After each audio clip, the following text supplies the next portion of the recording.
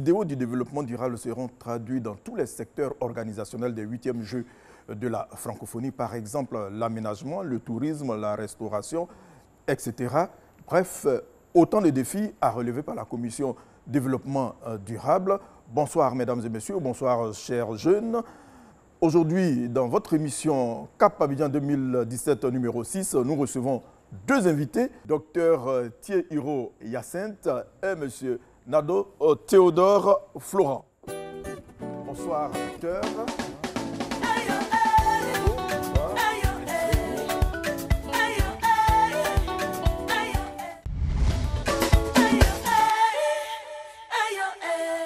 Akwaba, vous êtes en Côte d'Ivoire. Notre reporter a présenté pour vous le concept développement durable. Le développement durable répond aux besoins du présent sans compromettre la capacité des générations futures. Il vise à concilier l'écologie, l'économie et le social. Pour ces Jeux de la francophonie prévus au mois de juillet 2017, le développement durable est un pilier important pris en compte dans le processus. Nous attendons, surtout pour la volonté festive que nous souhaitons pour les Jeux, nous attendons un grand nombre de personnes. Et pour ça, nous avons besoin de prendre des dispositions pratiques, d'information, de sensibilisation de la population dans le cadre du développement durable. Il n'y a pas un programme spécifique pour les Jeux, mais le développement durable s'inscrit dans l'ensemble des programmes que le ministère de l'Environnement développe dans le cadre des engagements qui ont été pris. Au cours de ces Jeux, 4000 athlètes, artistes et accompagnateurs et 500 journalistes seront présents à Abidjan.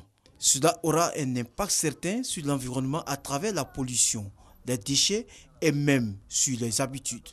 Il s'agira pour nous, au cours de ces Jeux, de faire en sorte que chacun des acteurs, aussi bien les organisateurs que les participants, puissent avoir des gestes simples, mais des gestes qui participent à la préservation de l'environnement des sites. Point d'environnement sain, un comportement éco-citoyen est indispensable. Pour communiquer sur ce projet, il faut respecter les chartes graphiques et les messages doivent être uniformes. Et puis au niveau de la cible, on sait aujourd'hui que c'est un projet qui intéresse plus la jeunesse et qui va s'articuler autour du sport, la culture. Donc nous devons tenir compte de cette spécificité pour mettre en place les plans et les stratégies de communication que nous allons faire exécuter dans nos communes. Nous sommes vraiment disposés à faire en sorte que ça aille. Ategoubé a déjà commencé la communication. Donc il faudrait que ce soit vraiment renforcé. Faites en sorte qu'on puisse renforcer la communication. Le défi du développement durable, c'est rendre l'environnement sain et propre. Le CNJF, Comité national des Jeux de la francophonie, qui veut réussir ses 8e Jeux, en a fait son cheval de bataille. Alors docteur, c'est quoi le développement durable? Merci. Le développement durable est un concept qui certainement paraît nouveau pour nous en Côte d'Ivoire, mais qui est un concept qui est né depuis longtemps, depuis la fin du 19e siècle, à une époque où on s'est rendu compte que l'utilisation des ressources naturelles, surtout pour le développement économique et social, commençait à prendre de l'ampleur et du coup, on s'est rendu compte que les ressources commencent à se raréfier. Alors donc, l'humanité, je peux dire, les hommes ont commencé à se poser des questions sur le devenir donc, de ces ressources ou bien le devenir de l'humanité si les ressources venaient à manquer. C'est comme ça que l'idée de développement durable est partie, mais plus tard, et donc ce qui fait aujourd'hui le développement durable, c'est à partir de Rio 92, plus proche de nous, où le concept de développement durable même est sorti à la conférence mondiale sur l'environnement et le développement en 92.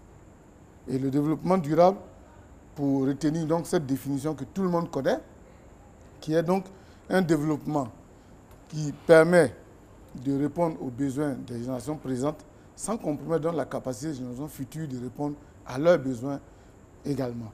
En fait, il est question de pouvoir se développer tout en tenant compte du futur des générations qui vont venir après nous.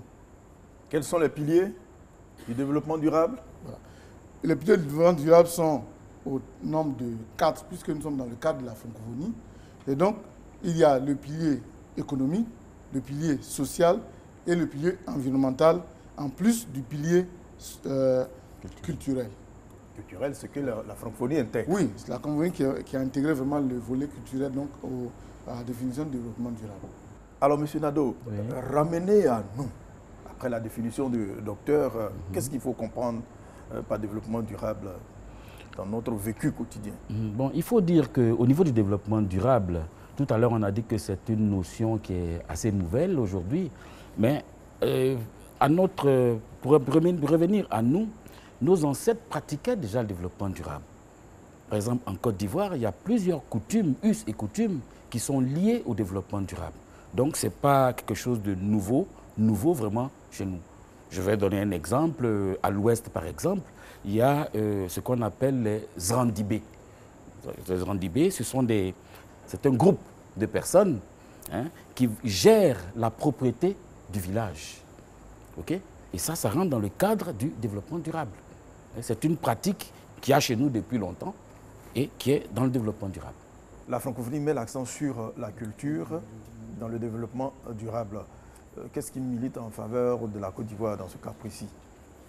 Merci. Il faut dire que la Côte d'Ivoire est un pays multiculturel. Quand on compte déjà au moins 60 ethnies, chaque ethnie ayant plus ou moins sa culture. Et donc, au niveau de la Côte d'Ivoire, il y a plusieurs faits culturels donc, qui militent en faveur du développement durable. Déjà, une étude a permis de recenser, dans un premier temps, 23 us et coutumes conformes au développement durable que nous avons édité, mais également l'étude continue puisqu'il y a plusieurs autres cultures qu'on n'avait pas insérées. Alors, il faut dire, par exemple, M. Nadeau tout à l'heure a parlé du cas de Zandibé à l'ouest du pays. Il y a d'autres cas. Lorsque vous voyez, par exemple, dans certaines régions, les forêts sacrées, pour ne citer que celles-là, les forêts sacrées, ce sont donc des éléments qui permettent de réguler le microclimat et également de conserver la biodiversité. Lorsque on a dit qu'on ne doit pas pêcher dans une rivière, il faut attendre au moins une période de 7 ans dans certaines régions, de 2 ans ou 3 ans dans d'autres, mais c'est pour permettre que les poissons puissent atteindre une taille comestible et pour ne pas épuiser donc la ressource, permettre à la ressource de se renouveler. Il faut dire également que dans certaines régions également, il y a des gens qui ont des totems pour des rivières. On ne mange pas les poissons d'une rivière A. Pourtant, la rivière A se jette dans la rivière B, dont on mange les poissons. Du coup, c'est parce que la rivière a été étudiée et on a compris que c'était une frayère, là où les poissons vont se reproduire.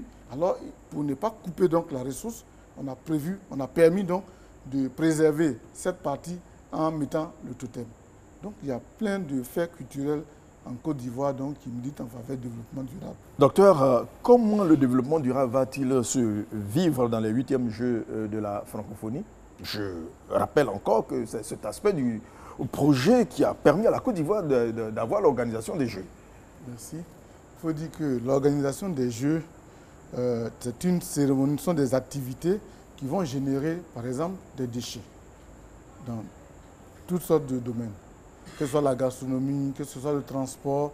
Alors, l'aspect développement durable à développer dans ces Jeux, c'est pour pouvoir minimiser donc cette production de déchets, sinon pouvoir mettre en place donc un système pour pouvoir mieux gérer les déchets qui seront produits, puisqu'on ne peut pas arriver à zéro déchet. Alors donc, à ce niveau-là, nous avons défini, avec les parties prenantes, donc une politique qu'on appelle politique de développement durable pour ces Jeux, ces 8e Jeux. Nous avons également associé à cette politique des éléments liés donc à l'achat public durable, parce qu'il y a beaucoup d'achats au cours de ces Jeux, et donc nous avons développé donc l'achat public durable. Nous avons également défini des indicateurs pour pouvoir mesurer les progrès en la matière.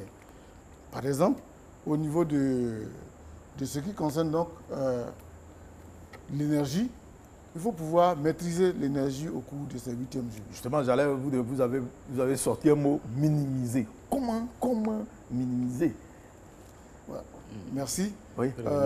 D'abord, pour ce qui concerne les Jeux, les déchets, quand on dit minimiser les déchets, c'est de faire en sorte que tous les éléments qui seront utilisés, ou presque, il y a une bonne part d'éléments qu'on peut réutiliser. Concrètement, il s'agit de quoi? Je prends un exemple précis. S'il s'agit d'un plateau, par exemple, un plateau pour le spectacle et autres, alors il faut faire en sorte que les éléments utilisés pour monter le plateau soient des choses que des gens soient capables de reprendre plus tard pour autre chose, soit pour le même spectacle ou bien pour transformer. Si c'est en bois, on peut transformer le bois pour faire des meubles, par exemple, ou bien faire autre chose. Même au niveau des déchets produits au niveau des cuisines, au niveau de la restauration, par exemple. C'est justement l'exemple que je voulais donner. Bon, mais ces déchets-là doivent être récupérés. Il y a des structures spécialisées qui récupèrent ces déchets-là pour en faire une matière première pour une autre structure. Comme on dit, les déchets, les ordures, ça devient de l'or dur pour une autre structure. Voilà, il faut faire de la continuité, il faut que ce soit cyclique, comme on dit. Et donc, à ce niveau également, il est demandé à l'administration du CNJF, dans un premier temps, et également aux prestataires, de pouvoir avoir ce réflexe-là dans leurs propositions et dans leurs interventions. Alors, vous aviez parlé tantôt d'indicateurs. Quels sont ces indicateurs-là établis pour la circonstance? Pour pouvoir prendre en compte, mesurer la prise en compte du développement durable dans l'organisation de ces jeux, on s'est établi sur un certain nombre d'indicateurs qui sont liés donc au domaine de différentes interventions. Par exemple, au niveau du transport, puisque nous voulons faire la promotion d'un transport quelque peu durable, il est donc question de faire la promotion du covoiturage. C'est-à-dire qu'au cours des jeux, il ne sera pas question que vous et moi, si nous allons sur le site des jeux, pour la même période, chacun prenne sa voiture où il y a 4 places libres.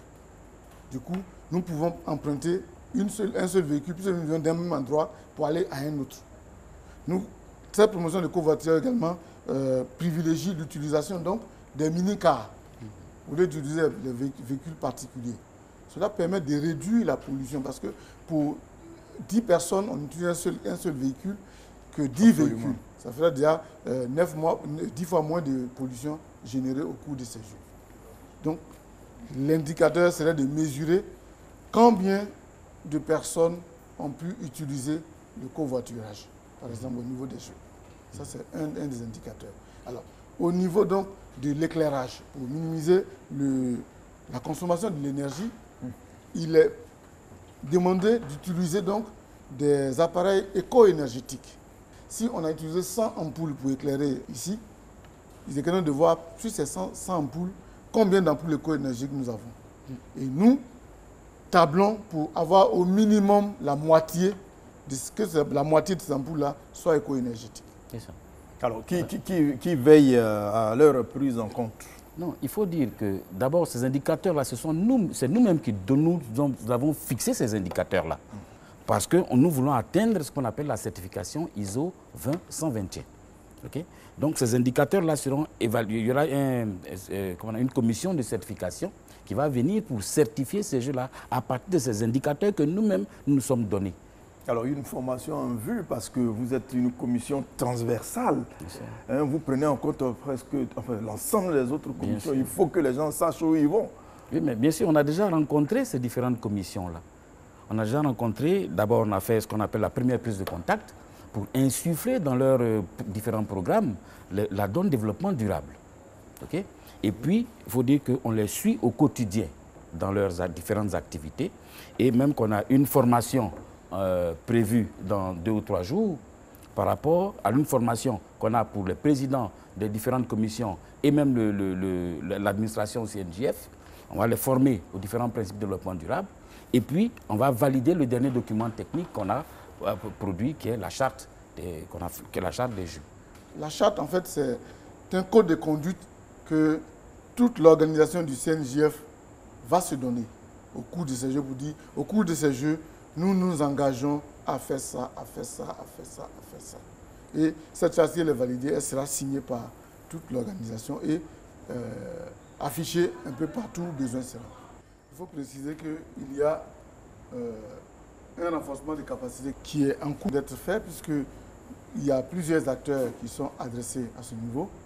d'abord l'administration du CNJF, les commissions, les différentes commissions qui également sont adressées, mais les 4000 bénévoles qui seront recrutés et qui sont formés au fur et à mesure, par vague, puisqu'on ne peut pas former 4000 personnes en même temps. Donc la formation des bénévoles se fait par vague. Il y a également la formation des médias et même des prestataires qui vont intervenir au cours de ces jeux. Parce que nous voulons des jeux de développement durable. Il faut faire en sorte que tous ceux qui interviennent au niveau de ces jeux puissent savoir de quoi il s'agit, quelle conduite tenir. Par exemple, vous parliez d'achat tout à l'heure. C'est vrai que vous avez donné des explications aux différentes commissions. Là, je reste dans le cadre des commissions. Est-ce que vous arrivez à demander à des commissions, s'il y a par exemple des ampoules à acheter, qu'ils payent les ampoules Oui, en fait, vous les orientez dans leur choix. On a commencé, c'est de la sensibilisation qu'on fait déjà au départ. On fait de la sensibilisation et nous voulons insuffler, comme je dis au départ aussi, nous voulons insuffler la donne développement durable à toutes ces différentes commissions-là. Donc, quand il va faire un achat, je prends un exemple précis, quand on veut acheter, par exemple, une ampoule, on les oriente plus vers les ampoules économiques. Vous voyez, au lieu de prendre une ampoule à incandescence, on leur demande, par exemple, de prendre une ampoule LED. Voilà des éléments que nous leur apportons. Et comment orienter ces jeunes qui vont venir pour qu'ils nuisent le moins possible? Oui, il faut dire qu'on a élaboré déjà ce qu'on appelle un guide de bonne pratique. Ce guide de bonne pratique-là, il a été validé avec toutes les parties prenantes déjà. Et ce guide-là va servir de Bible à ces jeunes-là pour avoir une bonne conduite, pour protéger l'environnement et puis pour avoir le comportement de développement durable. Puisque les jeux sont également des e-jeux, celui qui se rend sur le site des jeux, il puisse avoir des messages, des SMS concernant les différents comportements adoptés, comment ranger ceci, si vous finissez par exemple si vous voulez boire de l'eau par exemple, où est-ce que vous allez vous rendre, il y aura des fontaines certainement à dédier qui seront là, il y aura des poubelles dédiées également pour les types de déchets. Et donc ce sont des informations qui leur seront données sur les smartphones directement dès que vous arrivez, en plus des écrans qui seront des panneaux, qui seront là, des panneaux pas mélanger les déchets durs aux déchets. Voilà, par exemple, il y a des déchets qui sont réutilisables, des déchets solides, les solides, pas les mélanger, le papier, pas jeter les papiers. Et les restes d'aliments, par exemple, toutes c'est des choses qui seront, et des poubelles dédiées seront là pour tel type de déchets. Alors, dans cette affaire, quel sera le rôle des comités techniques de quartier installés dans les communes? C'est cela. Voilà. Ces comités de quartier également seront des comités qui auront un minimum de formation pour savoir déjà de quoi il s'agit, afin de servir de relais auprès de leurs pairs pour vraiment véhiculer donc l'information au développement durable. Il faut dire que l'animation périphérique a un élément qui suivra toutes ces activités, un élément de développement durable qui suivra toutes ces activités. Oui, toutes ces activités pour aller dans les communes, par exemple, quand ils font une animation, je prends un quartier comme ça, animation périphérique à Marcory, on fait une animation à Marcory, il y a un élément de développement durable qui monte sur le podium aussi et qui véhicule des messages de développement durable. Voilà un peu comment on va sensibiliser les jeunes au sein même des différents quartiers. Et l'évaluation, qui évalue qui? Voilà, il y a d'abord l'évaluation se fait à plusieurs niveaux. Il y a d'abord ce qu'on appelle l'auto-évaluation. Donc au sein du CNJF, il y aura une évaluation en interne, nous-mêmes pour savoir comment est-ce que vraiment véritablement le développement durable est pris en compte. Mais comme on disait tout à l'heure, nous voulons être certifiés à la norme ISO 20121. Et donc, pour être certifié à cette norme, on va commettre un évaluateur. C'est cet évaluateur qui viendra, d'abord à un moment donné, il va venir pour ce qu'on appelle l'évaluation à blanc. Et puis ensuite, il viendra à la fin pour voir comment est-ce que véritablement on a pris en compte la donne de développement durable. Donc, il y a plusieurs niveaux d'évaluation. Mais il faut dire également que il y a le CNJF, il y a le CIJF, qui est le Comité international des jeux de la francophonie, qui a également son évaluation à faire à son niveau. Ah oui, puisque je rappelle que c'est l'élément qui a fait gagner la Côte d'Ivoire. Et aussi, ils vont vérifier si effectivement la Côte d'Ivoire l'a intégré dans l'organisation des Jeux, c'est cela. Voilà. Mais il faut dire aussi qu'au niveau de cette évaluation-là, c'est nous-mêmes qui donnons nos différents critères pour nous évaluer. Donc nous devons respecter ces critères-là, d'abord à notre niveau, pour appeler le certificateur, pour venir voir si on les a respectés. Voilà. Alors moi je reviens sur un aspect qui me paraît important, les déchets de restauration précisément. Avec nos habitudes alimentaires, et il y aura aussi des étrangers, qui concrètement va venir utiliser ces rejets-là, au niveau de la restauration en particulier? Merci. Il faut dire on que... ne va pas aller les déverser à Kouido. Non. Globalement, déjà dans le monde entier, on s'est rendu compte que une bonne partie, le tiers pratiquement de la nourriture est jetée à la poubelle, pendant que le quart de la population meurt de faim. Donc c'est vraiment une aberration. Alors à ce niveau, il y aura certainement des déchets de la restauration, mais comme déjà les restaurateurs eux-mêmes, ils sont formés en amont, ils vont prendre des dispositions d'abord pour réduire la quantité de déchets qui sera produite. Ensuite, il y aura donc des personnes physiques ou morales intéressées donc par des différents types de déchets donc qui seront commis pour venir enlever ces déchets pour les réutiliser. Je prends un exemple.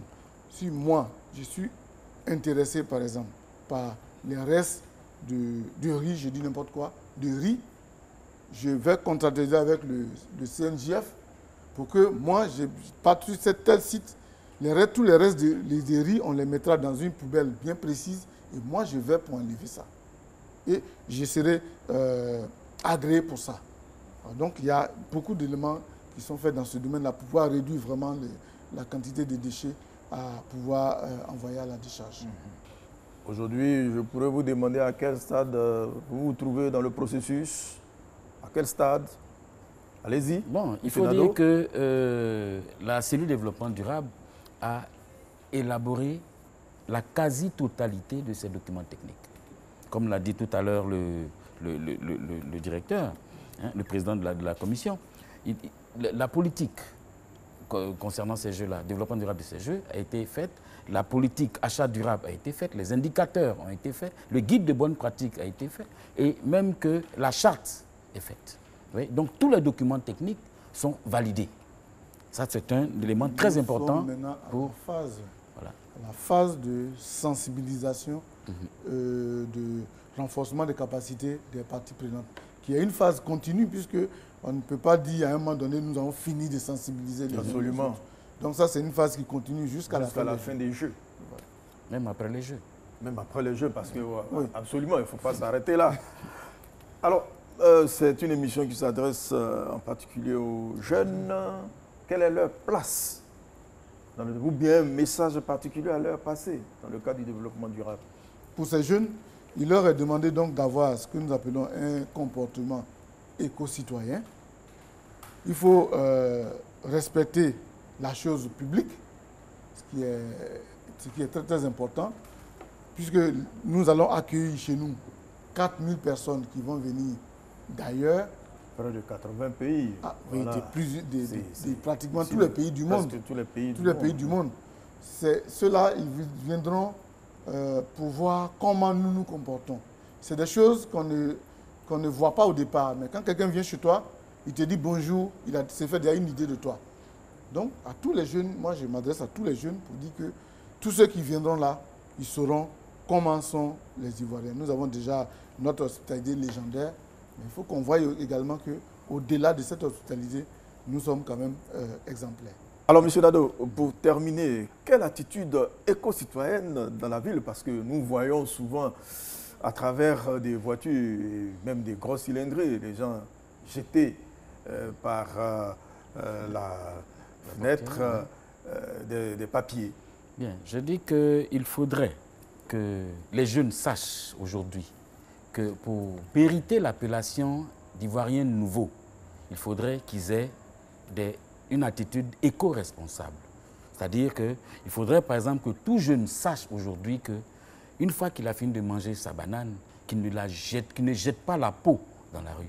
Il faudrait qu'il sache qu'une fois qu'il a fini de boire son eau dans une bouteille en plastique, il cherche une poubelle pour déposer cette bouteille-là. Voilà, il y a plusieurs exemples comme ça. Ça s'adresse aussi à des adultes. Voilà, à tout le monde. Mais comme c'est une émission de jeunes, je m'adresse directement aux jeunes. Comme vous l'avez dit, après les Jeux de la francophonie, la vie continue. Il faut bien que nous maintenions ce comportement. Bien sûr. En tout cas, merci docteur, merci monsieur Nadeau, merci d'être venu participer à cette émission pour sensibiliser les uns et les autres au développement durable. Concilier à la fois le développement économique en préservant l'environnement avec une culture en vogue à côté du progrès social, comme l'a relevé le docteur Thié Hiro-Hyacinthe, un district d'Abidjan ayant fière allure pendant les 8e Jeux de la francophonie. Chers jeunes, vous êtes invités à jouer votre partition. Rendez-vous dans 15 jours pour un autre numéro de Cap Abidjan 2017. Bonsoir.